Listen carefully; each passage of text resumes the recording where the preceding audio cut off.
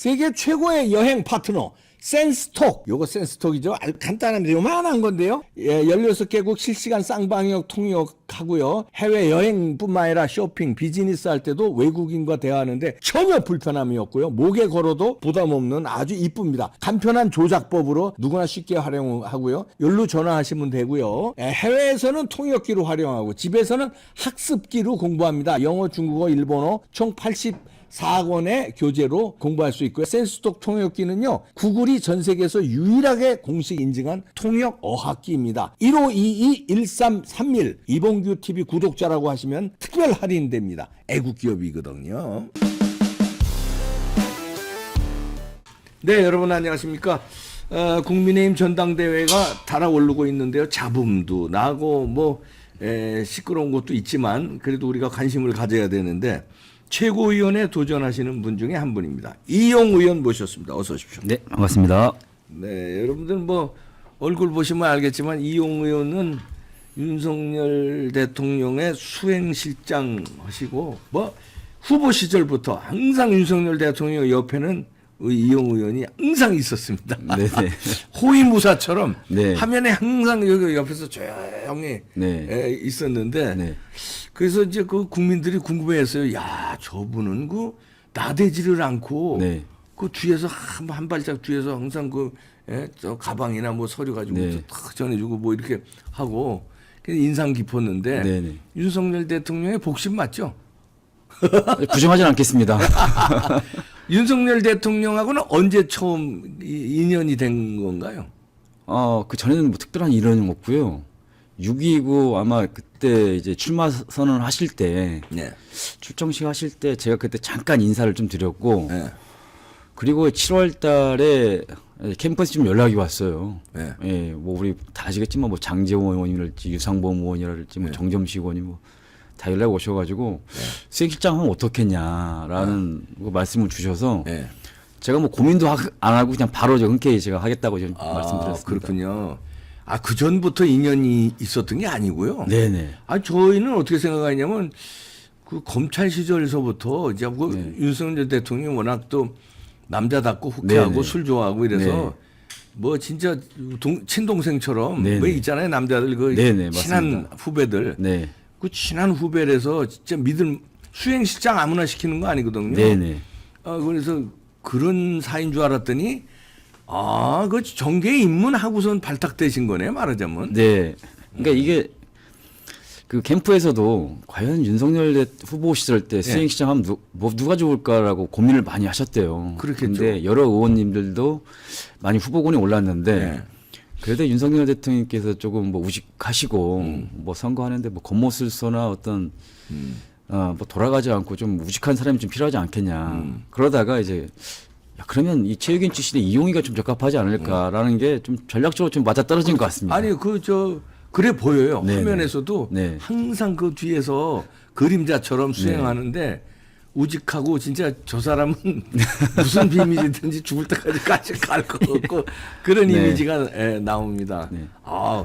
그 인연이 그렇게 안 됐구나. 네네. 근데 진짜 수행하다 보면은 진짜 윤석열 대통령의 일거수일투족을 다 아는 거 아닙니까?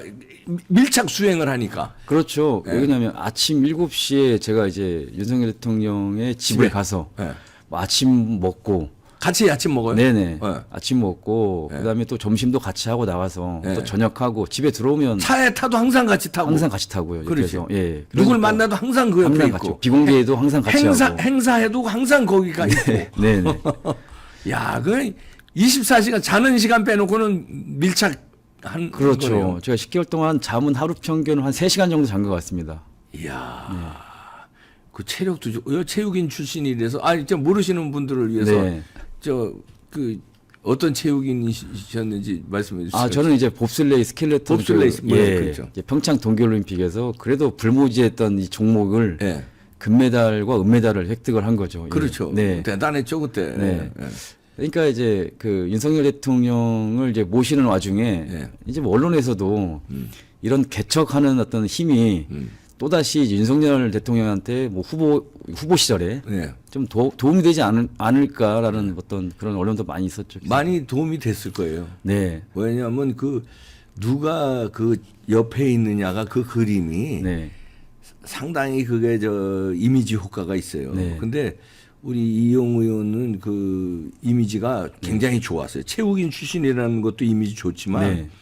그 모습이 나대지 않는 모습이 그 아주 표정이 네네. 아주 이미지 윤석열 대통령한테 도움이 됐습니다. 네. 윤석열 대통령도 그런 칭찬 안 해요? 잘한다고? 뭐 직설적으로 모든 건 직설적으로 하고 네. 어떤 장애물이 있으면 이 돌파하시는 부분도 굉장히 강하신데 네. 이 표현하는 거는 좀 부족하시더라고요. 그런 표현 또 안 하는 거야 잘. 예, 예. 근데 다만 네. 표현은 안 하시지만은 제가 그냥 마음으로. 경선 4개월 했고 네. 또 본선 때도 4개월 했고 인수위 2개월 했다는 그 자체만도 표현을 하신 거 아닐까 그렇죠. 생각합니다. 그럼 그만큼 믿는다는 거죠. 네. 네. 그래서 이제 최고위원에 도전하셨는데 네. 최고위원에 도전하신 건 본인의 의지입니까? 아니면 윤석열 대통령이 야 너 좀 나가봐라. 아니 뭐 본인의 의지도 있고요. 네. 뭐 대통령이 뭐 좀 조언도 좀 있으셨고 아, 저는 이제 만약에 자기 정치하고 재장사 하려고 했다면은 정말 많이 했을 겁니다. 그렇지. 대통령이 5월 10날 취임하시고 용산 가시고 저는 지난 한 몇 개월입니까? 한 7개월 동안 단 한 번도 제가 뭐 대통령하고 친하다, 대통령하고 매일 그러니까. 통화한다, 대통령 관저 가서 밥을 자주 먹는다. 네. 뭐 이런 어떤 기사거리를 단 한 번도 올린 적이 그렇죠. 없거든요. 없죠. 예, 예. 그랬다- 진짜 윤심인데. 그랬다면 예. 이 최고위원도 정말 쉽게 가지 않았을까라는 생각을 해요. 근데 이제 그런 것들이 제가 조용히 묵묵히 있었던 거는 오히려 측근인 사람들이 좀 더 대통령하고 멀리 있는 게 대통령한테 더 도움이 되지 않을까라는 마음으로 그냥 중앙에서 의정 활동 열심히 했고요. 네. 근데 이제 대통령께서 신년 인터뷰를 하셨어요. 네. 뭐냐면 총선에서 이기지 못하면은 식물 대통령이 된다는 말씀을 그렇지. 하고서 굉장히 좀 마음이 아팠고 이제 고민이 많이 들어간 거죠. 내가 윤석열 대통령 수행실장으로서 정권 교체가 됐고 윤석열 정부를 탄생을 시켰는데 그걸로 인해서 나의 임무는 끝났다고 생각을 했지만은 실질적으로 나의 역할이 또 있겠구나라고 생각을 했어요. 그래서 나의 역할이 무엇일까라고 생각을 했을 때 우리가 그 대선 때 가장 위기고 힘들었던 점이 이준석 대표의 가출 사건 아닙니까? 그러니까. 예. 아이, 애매겼지 진짜. 이거 한두 번 애매겼어 그냥. 계속. 저도 막 눈물이 나고 왜 그러냐면 저는 이 대선에 모든 걸 건 사람이거든요. 그렇지. 그러니까 경선 때는 그 뭐 국회의원들이 항상 보면은 대부분 보면 줄을 쓰지 않지 않습니까? 선택을 하지 않고 왜 자기 정치적 미래가 있기 때문에 누가 될지 모르잖아요. 네. 근데 저는 뭐 두말 없이 이것저것 생각하지 않고 수행실장을 했다는 것 자체가 모든 정치 생명을 걸었다는 뜻인데 그렇지. 근데 중간에 어떤 이준석 대표의 가출, 뭐 당대표의 사상 초래 없는 어떤 뭐 자당 후보의 공격 그러니까. 이게 도대체 뭔가 그래서 많이 눈물 돌렸는데 그게 저뿐만이 아니더라고요. 그럼요. 지역 가면 뭐 그 당원분들 그다음에 우리 보수의 이제 중심에 계시는 분들도 많은 눈물 흘리고 손 붙잡고 아니 왜 눈물만 흘려요? 저 운동선수 출신인데 힘도 있겠다. 그 귓방맹이한테 때리지 그랬어요. 나이도 준석이가 어리고. 예. 아니 나이가 준석이보다 많잖아요. 많습니다 제가. 그러니까. 예. 그러면 이 자식아 그 귓방맹이한테 때리지 그랬어요. 예? 뭐 좀 약간 주의를 좀 주긴 했어요. 수행시장 하면은 이준석하고도 만나는 게 옆에 있었을 텐데. 네네. 야, 너 마 똑바로 해. 너 왜 또 괴롭히고 그러냐. 이렇게 한마디 한 적이 있어요? 아니 그게 뭐 그래도 당 대표잖아요. 예. 당 대표고 예. 그리고 대선 후보의 수행실장인데 그래도 어찌됐건 예의를 좀 갖춰주는 게 예, 그렇지. 좋지 않을까 생각해서 좀 대표님 좀 힘을 같이 모아야 되지 않겠습니까? 그런 정도의 말은 그 좀 정도는 했지만, 했는데. 예. 근데 뭐 그 이상의 말은 좀 안 했고요. 참. 그래서 이게 전 지도부와 같은 이 정말 어려운 국면에 있어가지고 내년 총선 이겨야지만 저희가 대통령이나 윤석열 정부에서 하는 그 과제들, 뭐 연금, 교육, 그다음에 그 노동 이런 것들을 좀 추진할 수 있지 않을까. 사실상 저희 국민의힘이 할 수 있는 게 아무것도 없어요. 그렇죠. 예. 예, 지금 180석에 지금 115석인데 오늘도 이제 본회의에서 민주당이 발의한 이상민 장관 탄핵소추안 발의. 막을 길이 없잖아요. 어떻게 하겠습니까? 들러리밖에 쓸 수가 없어요.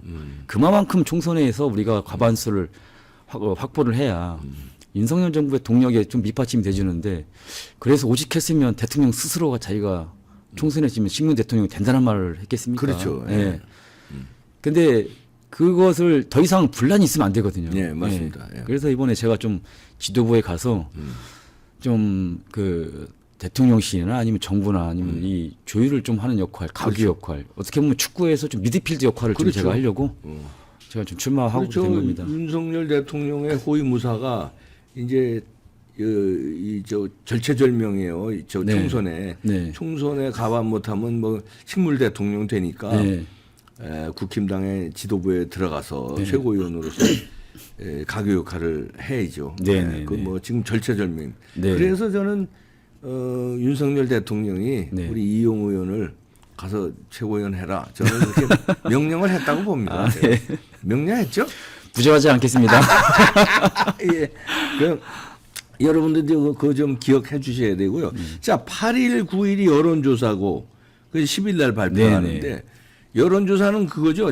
책임 당원한테 전화한다는 거죠. 네, 맞습니다. 네, 책임 당원. 네네. 그러니까 우리 저 이봉규 TV 구독자님들도 책임 당원이 네. 많으니까 여러분들 전화 꼭 받으셔서, 네. 그럼 이제 뭐 저 최고위원 누굴 하느냐 그러면 이용우 의원 이렇게 아니 왜냐하면 윤석열 대통령의 복심이고 네.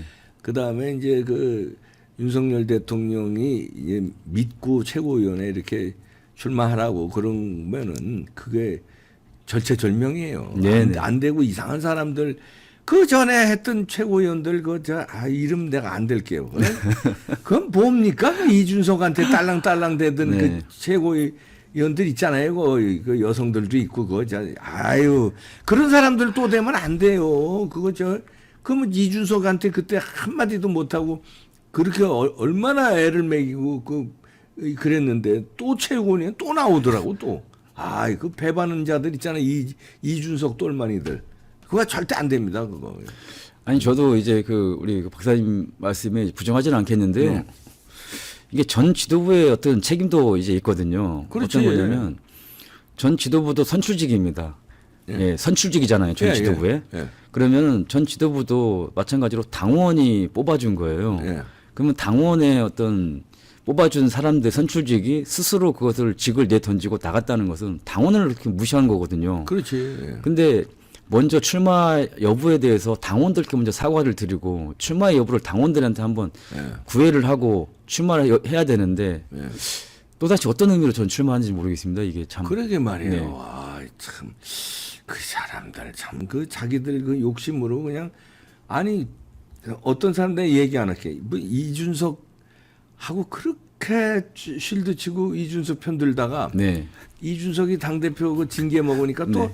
또 이준석 공격하고 이런 사람도 있더라고. 네. 이름 안 돼도 아시죠? 아유. 그리고 또 최고위원회 지난번 최고위원 했는데 또 최고위원 나가. 진짜 징글징글더래. 그러니까 이제는 뭐 윤석열 정부가 좀 탄생을 했고 네. 새롭게 탄생한 정부 또 어렵게 됐잖아요, 우리가요. 네. 0.73%. 그렇다면 이 새로운 지도부가 좀 나서서 그럼요. 같이 좀 융합하고 화합하고 단일화 해가지고 좀 더 이제 좀 새롭게 가야 되지 않을까 생각해요. 뭡니까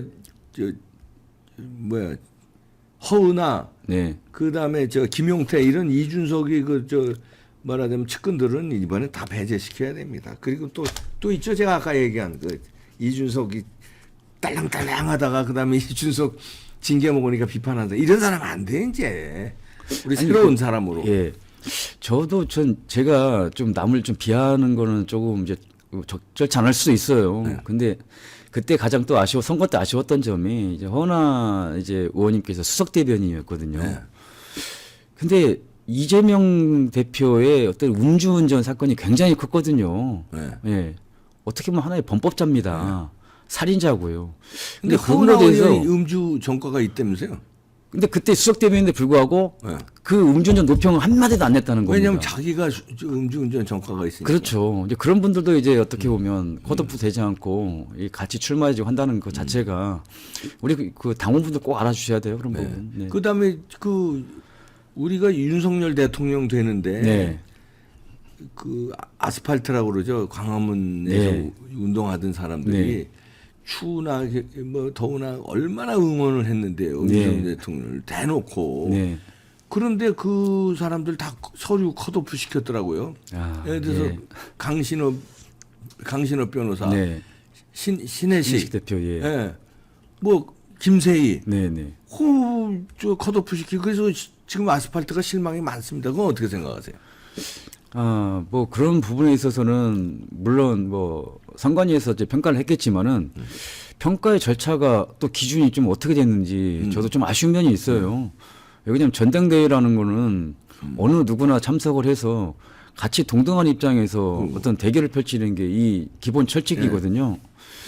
근데 이 기준점이 허은하 의원은 예를 들면은 아니 뭐 현직이라서 그런지 아니면 뭐 어떤 이 좀 더 어떤 우호적인 점수를 좀 준 것 같고 다른 분들에 대해서는 이 컷오프를 대고 그러니까 이 기준점이 저는 뭐 어떤 기준점인지 아니, 뭐 때문에라는 게 기준이 있어야 돼. 아 예를 네네. 들어서 우리 스켈레톤에서 네네. 메달도 따셨지만 아니 예를 들어서 기록이 네. 예, 뭐 몇 분 이하는 아예 출전을 못한다든지 네.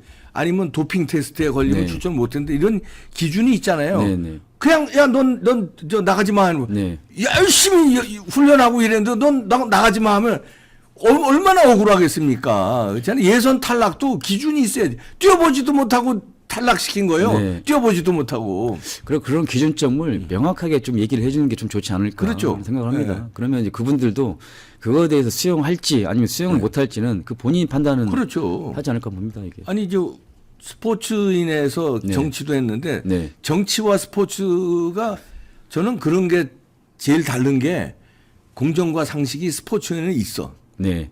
제가 볼 때. 그리고 정정당당하게 승부하잖아요. 네. 룰이 확실하고. 네네. 정치는 어떻게 된 게 이게 이재명이 보세요. 네. 이건 무슨 범법자가 또 설치고 네. 아니 저 운동 경기는 그렇지 않습니까?